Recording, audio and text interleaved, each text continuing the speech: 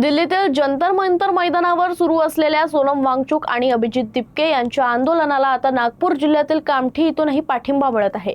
कामठीतील 36 तरुण थेट दिल्लीत दाखल होत त्यांनी आपल्या मागण्यांसाठी अनिश्चितकालीन उपोषण सुरू केलं आहे। दरम्यान दिल्लीतील स्थिती गंभीर असल्यानं या तरुणांनी सांगितलं आहे।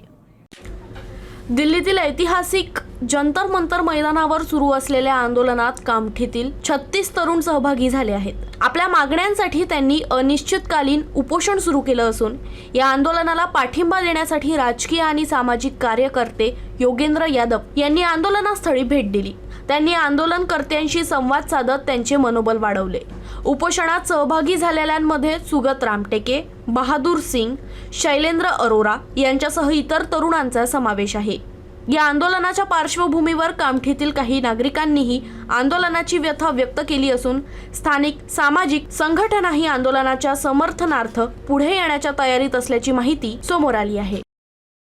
मी 6 दिवस आमरण उपोषणाला बसलो होतो। सोनम वांगचुक सर आले होते, त्यांनी मला माझ्याशी बोलणं केलं की तुम्ही वयोवृद्ध असल्यामुळे तुम्ही म्हणजे अनशन न करता प्रचार आणि प्रसार करा। त्याकरता मग मी नागपूरला परत आलेलो होतो आणि काही लोकांना वेगवेगळ्या संस्थेच्या पदाधिकाऱ्यांना भेटून त्यांना विनंती केली की इथे पण आंदोलन करा, तहसीलवरती घेऊन जा।